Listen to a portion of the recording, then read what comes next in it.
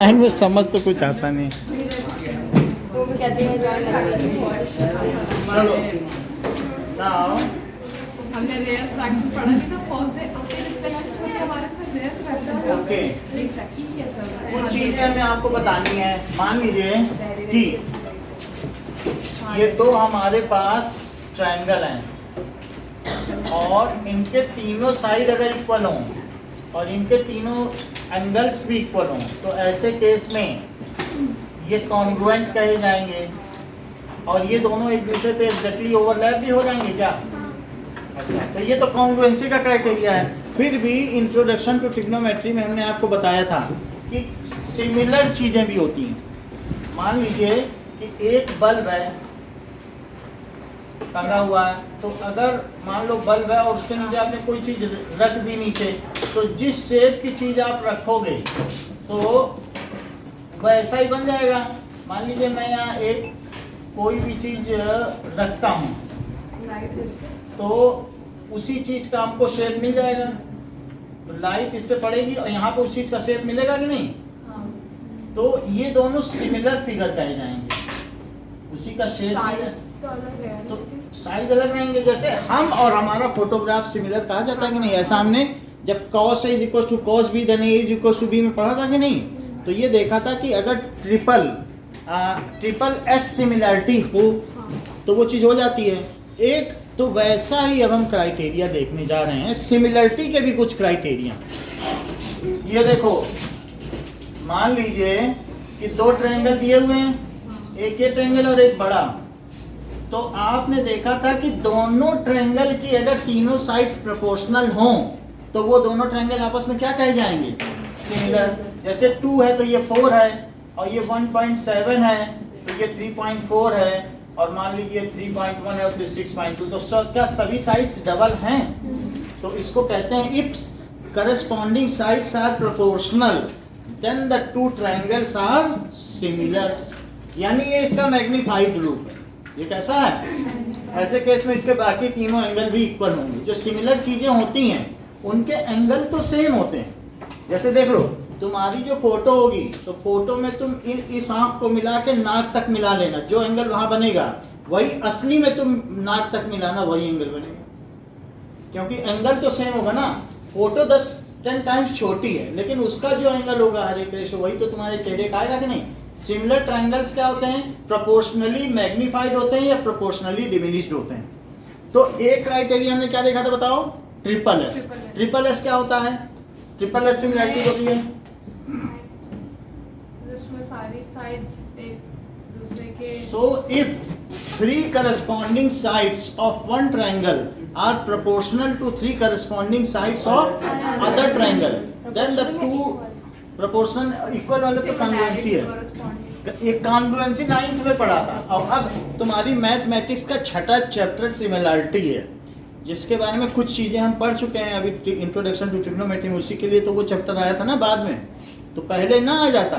लेकिन यार प्रवीण क्या सब उल्टा पुल्टा पढ़ाया जाता है, बाद वाला पहले पढ़ा, तो उसके लिए हमें पढ़ना पड़ा था सिमिलरिटी। तो अब यहाँ पर भी हमें ये चीज़ पढ़नी पड़ रही, ठीक है कि नहीं? तो अब जरा देखो, पहले इसीलिए आपके यहाँ लाइट बनाया गया चैप्टर, वो इलेक्ट्रिसिटी, और बाद में लाइट है, ऐसा ही है ना आपके में? पहले लाइट है पहला चैप्टर। तो अब हमें सिमिलरिटी पढ़नी पड़ेगी। तो ये ट्रिपल एस सिमिलरिटी क्या होगी?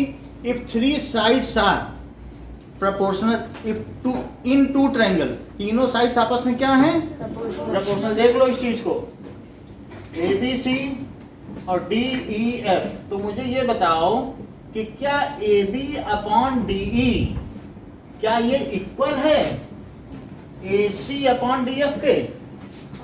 और क्या ये इक्वल है BC अपॉन EF के? तो कौन कौन से दो ट्रायंगल लिए गए बोलो? इन ट्रायंगल ABC और ट्रायंगल, तो करस्पॉन्डिंग का मतलब है वही वही लेना है। देख लो, जब यहाँ मैंने AB लिया तो यहाँ क्या लिया? यहाँ अगर AC लिया तो यहाँ क्या लिया? और यहाँ BC लिया तो यहाँ क्या लिया? तो क्या ऐसा पाया गया क्या 2/4 क्या वो इक्वल है किसके? 1.7 अपॉन 3.4 और क्या ये फर्दर 3.1 और 6.2 के इक्वल है? सभी का 1/2 आ रहा है. Then the two triangles are similar, hence their corresponding angles will be yes, angle equal. तो क्या होगा? If three corresponding sides of two triangles, three corresponding sides ये प्रोपोर्शनल हो. प्रोपोर्शनल का क्या मतलब होता है? कि उनका रेशो कांस्टेंट हो, है? तो आर प्रोपोर्शनल यानी समानुपाती हैं. देन टू ट्रायंगल्स आर, वो जो दो ट्रायंगल्स होंगे वो क्या होंगे? Are similar. सिमिलर कैसे हो जाएंगे? अब ये दोनों सिमिलर हो गए बाई ट्रिपल एस सिमिलरिटी से. तो बोलो ट्रायंगल ए बी सी किसके सिमिलर हो गया? D E F. और ऐसा होने से अहाना क्या हो गया? यानी कि जो ए एंगल है वो किसके इक्वल हो गया? एंगल ए एंगल डी के इक्वल हो गया. एंगल बी किसके इक्वल हो गया? ठीक है. और एंगल सी किसके इक्वल हो गया? दो ट्रायंगल कब सिमिलर कहे जाएंगे? जब उनके तीनों साइड्स प्रोपोर्शनल और उनके तीनों एंगल्स इक्वल हो. यही बात है, तीनों एंगल इक्वल हो और तीनों साइड्स प्रोपोर्शनल हो. अच्छा, एक और भी सिमिलरिटी बोलो. कॉन्ग्रुएंसी में बड़े सारे क्राइटेरिया थे कि नहीं थे? यहाँ भी है कि अगर दो साइड्स प्रोपोर्शनल हो और बीच का एंगल इक्वल हो तो भी वो कहे जाएंगे. बात समझ आए? एस तो उसे क्या कहोगे? S A S similarity criteria. तो एक और कौन सा क्राइटेरिया बना बताओ? S A S similarity criteria.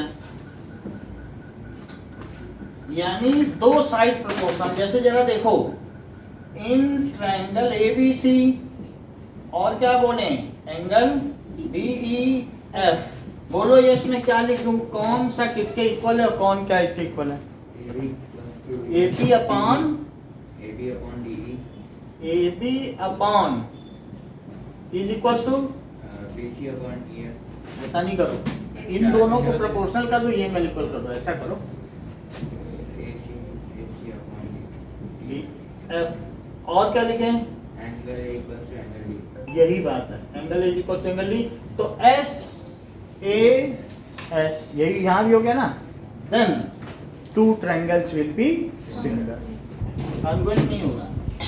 Then two triangles congruent मतलब सबका एग्जैक्ट मिशन होना चाहिए. वो एक दूसरे के ऊपर ओवरलैप कर जाए, जैसे मेरा हाथ. तो टू ट्रायंगल्स आर सिमिलर. इस चीज को अभी हम यूज करने जा रहे हैं. एक तीसरा क्राइटेरिया भी ट्रिपल ए भी है. हाँ? सिमिलैरिटी का साइन है ना, वो जो आपने ये सिमिलर का मतलब है triangle A B C is similar to triangle. फिर बाकी चीजें भी क्या होंगी? ऐसा अगर ये सिमिलर इस्टेब्लिश हो गया तो बाकी दो एंगल भी क्या हो जाएंगे? बोलो इक्वल. और दोनों और जो बची हुई साइड है वो भी प्रोपोर्शनल हो जाएगी. एक बार अगर सिमिलरिटी इस्टेब्लिश हो गई तो तुम्हें जरूरी थोड़ी है कि हमने आंख से यहाँ मुंह मिला के देखा, पता नहीं आंख से कान होगा कि नहीं. अरे सिमिलर हो गया है, अब सब कुछ सिमिलर हो गया, क्या पूरा दिन उसी फोटो में लगी रहोगी? बार बार सब चीज थोड़ी ना चेक करनी. कुछ चीजें चेक हो गई तो बाकी मान ली जाएंगी कि बाकी भी सही है. नहीं इसमें लिखेंगे, इसमें क्या लिखेंगे? That is corresponding sides of similar triangles are proportional. लिख नहीं सकते. कुछ लोग CPST लिखते हैं लेकिन वो गलत माना जाता है. इसमें लिखना पड़ता है पूरा क्योंकि प्रोपोर्शनल है ना. अच्छा, कॉन्ग्रुएंसी और सिमिलैरिटी के बीच में तो अंतर है. कॉन्ग्रुएंट में वो ठीक ठीक ओवरलैप कर जाता है और जो सिमिलरिटी वो उसकी छाया होती है. जैसे बल्ब के पास कोई चीज रख दो तो बड़ी छाया, दूर ले जाओ तो छोटी छाया. वो तुम्हें पता चल जाएगा ये किताब की छाया है, ये स्टार की छाया. तो जो असली चीज है जो उसकी छाया है, क्या वो दोनों सिमिलर हैं? सिमिलर है. जैसे तुमने कैंडल से एक लेंस से एक कैंडल का फ्लेम है और जो उसका स्क्रीन पे आएगा वो सिमिलर होंगे. बड़ा हो सकता है मैग्नीफाई, तो इसका हम यूज करते हुए मिरर फार्मूला प्रूव करने जा रहे हैं। बोलो एग्री करते हो इस चीज से कि SAS क्या है? अब हम SAS का यूज करेंगे। No mirror formula, deduction of mirror formula. ये ऑन लिखा कि नहीं?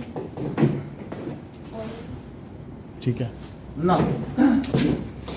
देखिए ये हमारे पास मिरर है, दिस इज FC और इसके बीच हमने ऑब्जेक्ट रख दिया, एक रे ऐसे ले ली, ठीक है, और एक हमने कहा ले ली ऑब्जेक्ट ले ली।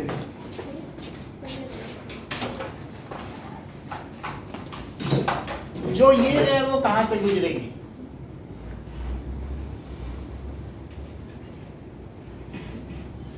ऐसे गुजरेगी। और जो इधर वाली है फोकस से इजी रहेगी। इसी रहने से हमें तो डिडक्शन करना है ना। चलो तो ये हमने दो रे ले ली, फोकस पे फिर डिडक्शन हो जाएगा, नहीं हो पाएगा। नहीं हो पाएगा। अब आगे देखो, उसको मैं देख लूंगा। अब आपने सवाल उठाया है तो मैं देख लूंगा कि कुछ नहीं कुछ तो फिर लगाना पड़ेगा। ये आसान मेथड है। ये देखो, तो ये चीज P है, इसको क्या लिखो? M, इसको लिखो A, इसको लिखिए B। अच्छा, ये एंगल क्या इसके इक्वल है? ये एंगल इसके इक्वल हो गया। और साथ ही साथ कुछ और चीजें देखो, क्या ये एंगल इसके इक्वल है? इस दोनों ट्रायंगल में ये A डैश और B डैश है, तो एक सिमिलरिटी होती है, डबल ए सिमिलरिटी भी होती है। दो एंगल अगर इक्वल है तो तीसरा कहाँ आ जाएगा? एंगल सम प्रॉपर्टी से तीसरा भी इक्वल हो जाएगा। मान लो दो ट्रायंगल हैं, ये 70 डिग्री है और ये कितना है? 70 डिग्री है, और ये 30 डिग्री है, तो इसका तीसरा एंगल कितना हुआ? और ये भी कहाँ जाएगा? इसको भी 80 बनना ही पड़ेगा। और फिर अगर मान लो एंगल सिमिलर है तो दोनों ट्रायंगल तो सिमिलर हो गए, तो दो एंगल भी अगर हमने प्रूव कर दिए तो एक तो हो ही जाएगा, वो तो triple A angle sum property है ना। तो वो कौन सी सिमिलरिटी बताइए? एक ये सिमिलरिटी होगी और एक क्या हो गई? Angle angle double A similarity, similarity criteria भी होता है। चलो तो बोलो इन दोनों ट्रायंगल में एक हमारे पास है, जरा देखो, A डैश PB डैश और दूसरा क्या है? A कुछ भी ले लो, तो ABP इन ट्रायंगल। कौन कौन से ट्रायंगल में? ABP and triangle A dash B dash P। देख लिया कि नहीं? तो दो हमने कौन कौन से ट्रायंगल लिए?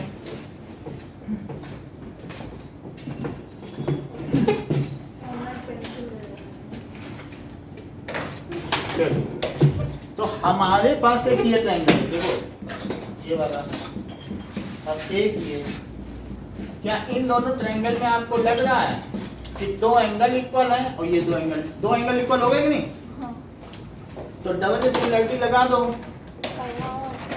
ये देखिए एंगल ABP किसके इक्वल है?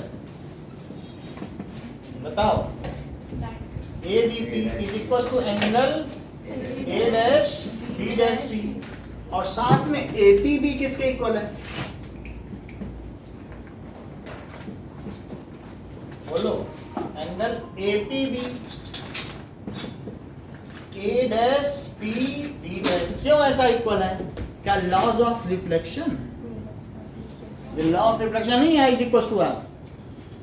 ये रे आई, ये चली गई। फिर से देखो, अर्चिका बोल नहीं रही हो। सर मैं ढूंढ रही हूँ कि APB देख लो, APB और APB और A डैश PB डैश, क्या लॉ ऑफ रिफ्लेक्शन नहीं है दोनों एंगल? तो ये हुआ ईच 90 और ये क्या हो गया? Law of reflection. लॉ, अच्छा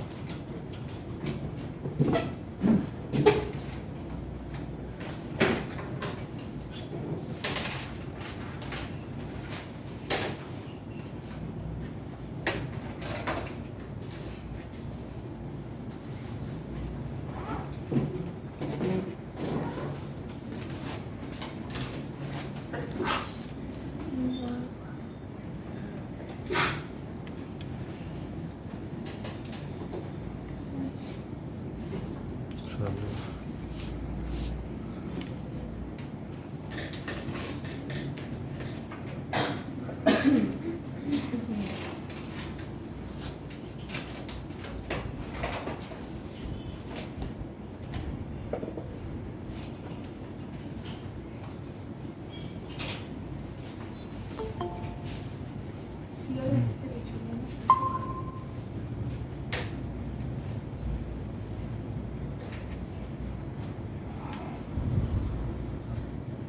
ज्वाइन तो कर लिया, इसमें फोटो क्यों नहीं आती? आ गई। बोर्ड पूरा दिख रहा है यशिका? Yes sir. ठीक है, तो ये लॉ ऑफ रिफ्लेक्शन हो गया। अब दो की वजह से बोलो। हाँ सर ये ब्लैक हो गया। हाँ? ये चार्ज नहीं हो रहा है। चार्ज नहीं हो रहा? अच्छा, कुछ नहीं हो रहा ना?